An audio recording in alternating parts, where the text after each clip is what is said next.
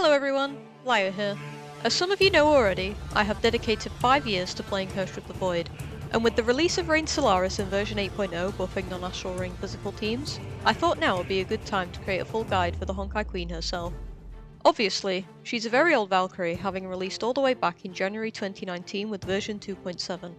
And for a Valkyrie as ancient as this, it's surprising what she's still capable of. In this guide, I will cover her skills, equipment, team compositions, Elysian Realm setups, and more. Don't get your hopes up too high though, her damage won't even be close to the latest Astral Ring team. But without further ado, I'll teach you everything you need to know. Herrscher of the Void is more complicated than most people think, specialising in range damage and the use of summoned entities. She's also an awakened battlesuit, meaning that she shares some skills with her non-awakened counterpart Night Moonbeam. But since Herrscher of the Void is farmable via War Treasury, there's no need to rank up Night Moonbeam for shared skills anymore. While we're on the topic of War Treasury farming, SS is by far her best rank up, as it allows you to enter Herrscher form quicker if needed, and you can also extend your Herrscher form duration by using her ultimate before it runs out. I'd recommend that you hit SS and gear her up before attempting to use her to clear competitive game modes. Her best in-slot equipment is still her signature Priam Domain of the Void paired with the full Siren Ascendant set. I can't see that changing in the near future either, since Domain of the Void restores her Herrscher charge and improves shield break, and every new Stigmata set seems to have an entire dissertation based on a specific Valkyrie equipping it. As a second Stigmata option, the full Elysia set is extremely close to Siren Ascendant, being approximately 500,000 damage behind per rotation. Realistically, anything less than this is not worth using. Her signature weapon and Stigmata can both be obtained in the exchange shop. Weapon Resonance can be farmed by crafting and converting bounty weapons such as the Third Sacred Relic, and Stigma Resonance can be farmed by crafting and salvaging G1 Stigmata such as Kalan Pledge. You also get a small amount of Stigma Resonance from weekly open world finalization rewards. If you want to use the Elysia set instead, you can farm it in the Foundry under the G4 section. Regarding Stigma affixers, full attack is optimal, but you can take crit damage if convenient to do so. If you want an outfit, all three are difficult to get, especially her pyramid outfit. I could rant all day about how I had to wait 4 years to own Frigid Empress, but anyway, to build a Part 1 physical team correctly, you need a DPS, a primary physical support that can provide impair, and a secondary physical support to provide other buffs and utilities such as breaking shields and applying trauma like stun and bleed. At the time of uploading this video, the best team option for Herrscher of the Void is Herrscher of Rebirth as the primary support and Reign Solaris as the secondary support, all using their full signature gear. If you can't obtain them, the next best option is Herrscher of Sentience and Terminal Aid, with Herrscher of Sentience running Cosmic Duality. If you need to break a hit count shield or bleed the enemy, you will probably want Starry Impression as the secondary support, but be aware that she suffers SP issues in long fights. For physical support elves, there are two options, Blade Durandal or Project Bunny. They're not easy to obtain or rank up, and both of them are going to feel terrible until upgraded to 3-star. Blade Durandal also really wants 4-star for ult cooldown reduction. If you don't own either, Project Bunny is the better option, so I'd try to get it via spending events if there's nothing else you want instead, and you can leave it at 3-star unless you really want more elf damage.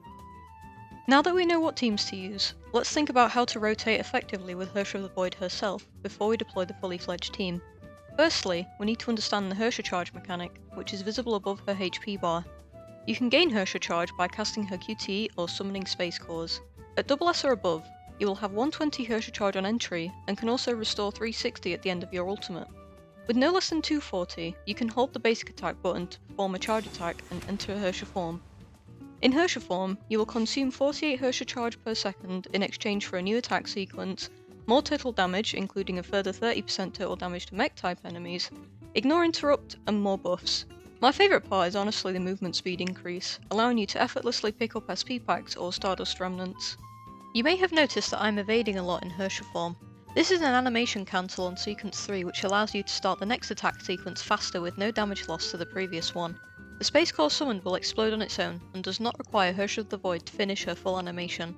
It's important to keep track of your Space Cores too, as the Siren Ascendant 2-piece effect gives you 12% total damage multiplier per summoned entity, stacking up to 3 times.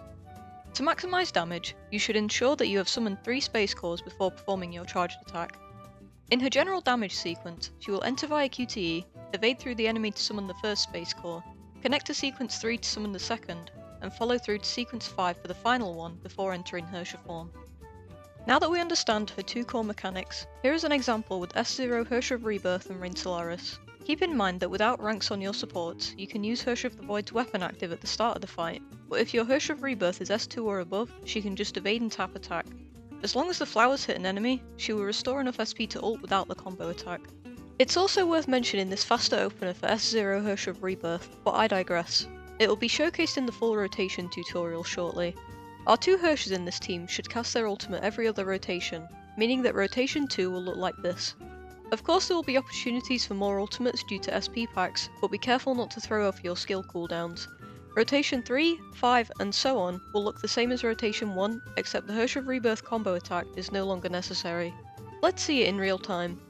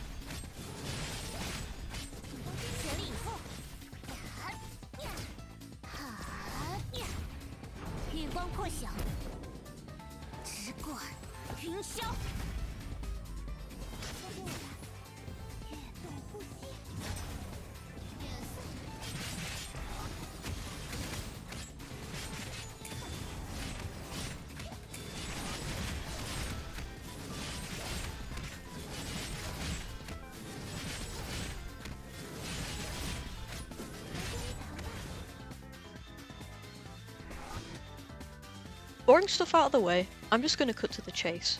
Where does Herrscher of the Void stand in 2025? I have no idea how, but she can still clear a decent amount of Abyss mobbing. Here is a list of stages that Herrscher of the Void is able to clear in Nirvana Abyss at the time of recording. Note that our Abyss disturbance is currently at 535. If you're watching this a few months or even years after this guide was uploaded, she'll probably start struggling on some of the harder mobbing stages, when the disturbance inevitably reaches 550 and higher. Maybe they will rework Abyss again at some point, who knows. As it currently stands, I have been able to use Herrscher of the Void to clear at least one of the 3 mobbing stages for almost every Abyss cycle, if not more. Here's a quick compilation of Nirvana stages I have cleared recently, purely because I don't want all my flexing footage to go to waste.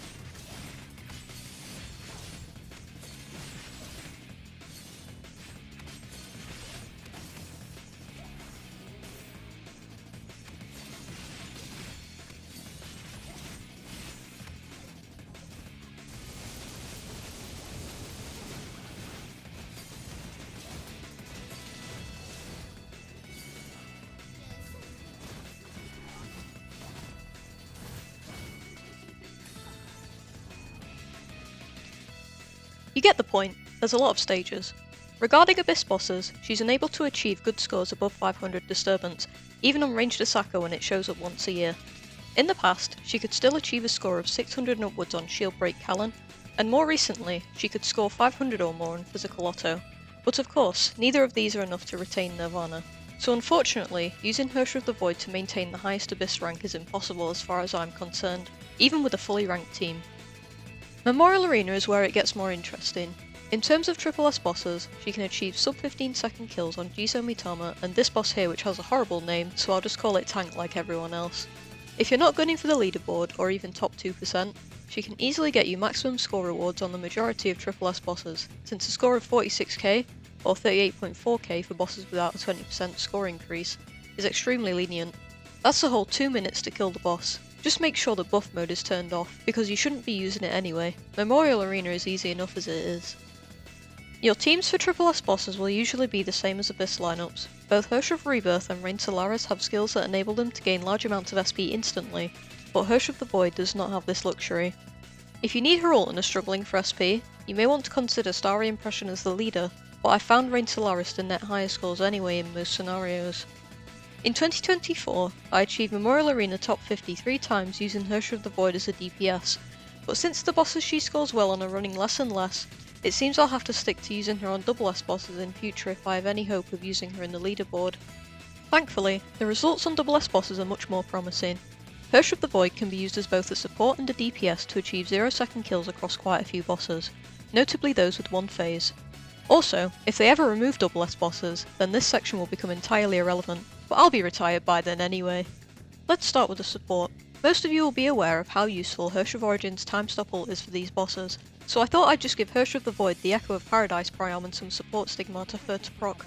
Lo and behold, the lowest effort 0-second kill ever.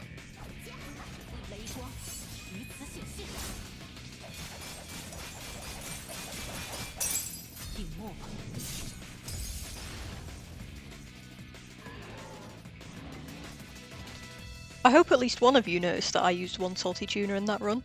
Anyway, what we really want to see is Herrscher of the Void executing 0-second kills as the DPS. The good news is that it's possible. The bad news is that it requires SSS Herrscher of Sentience for the initial SP, which I only got in the middle of version 8.1.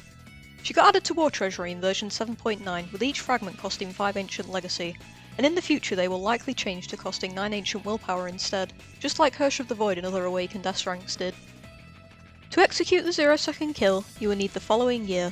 Most of it can be farmed in Foundry or the Exchange Shop. The BP shop is also an option, though I wouldn't recommend using Crystallums on this gear since Divine Keys take priority for the permanent attack bonuses. If Aladdin M is still hard to obtain, I'm sure you can substitute it for another MP support stigma. The rotation for this team goes as follows.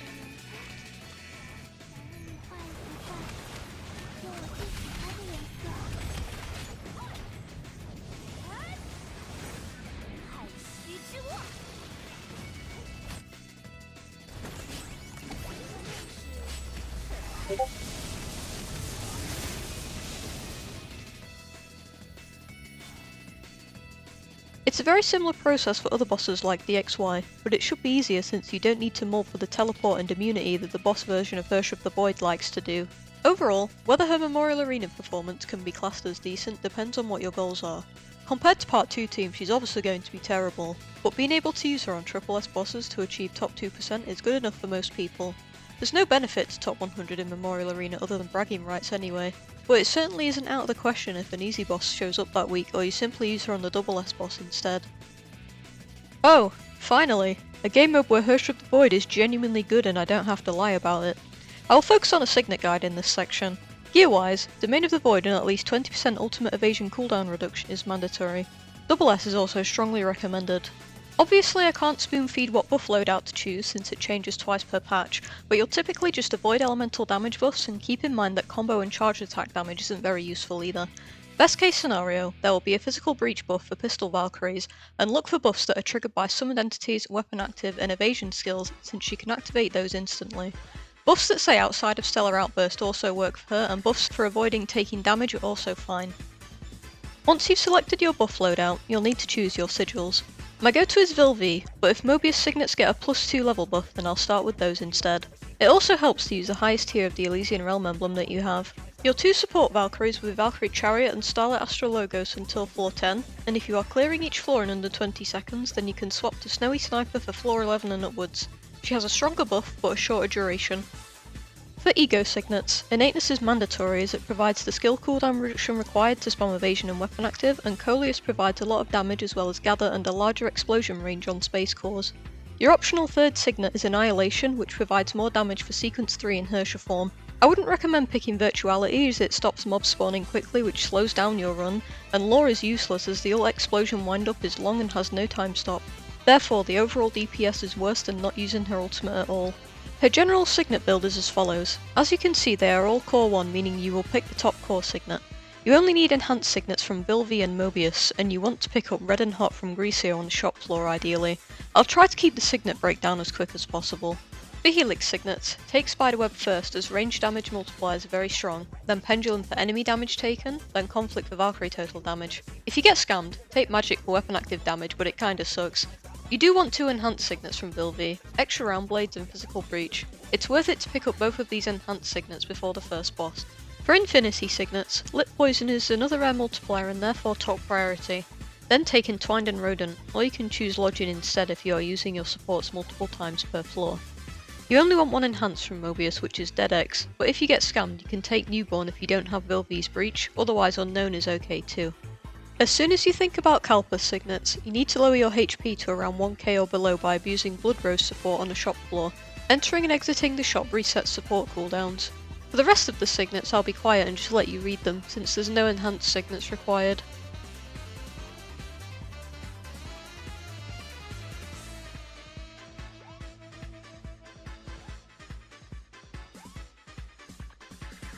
The gameplay is a bit simpler than it looks. You first hold the basic attack button to enter Herrscher form as soon as possible, then repeat this attack loop.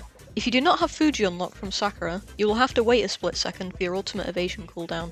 I generally don't delay my support and elf skills if I'm clearing quickly, but on harder cycles you will want to keep 1 or more support abilities for specific enemy waves or boss phases. For the final boss, I usually pick Aponia, but Elysia can also be cleared very quickly. That's about it for the Elysian Realm side of things. I've used Herrscher of the Void to clear finality every single week in Elysian Realm since she got added to it, and she certainly doesn't struggle. Expect 2 to 3 minutes for light clears and 5 to 7 minutes for non-light clears. Pretty decent considering the complete lack of time stop. I'll end this video with a Redlotus Abyss showcase for all 3 Herrscher of the Void fans out there, but for the rest of you, I do wonder why you're still here, but thanks for watching anyway. I'll add updates and answer questions in the comments, or you can find me in the Honkai Impact 3rd official Discord. Catch you later!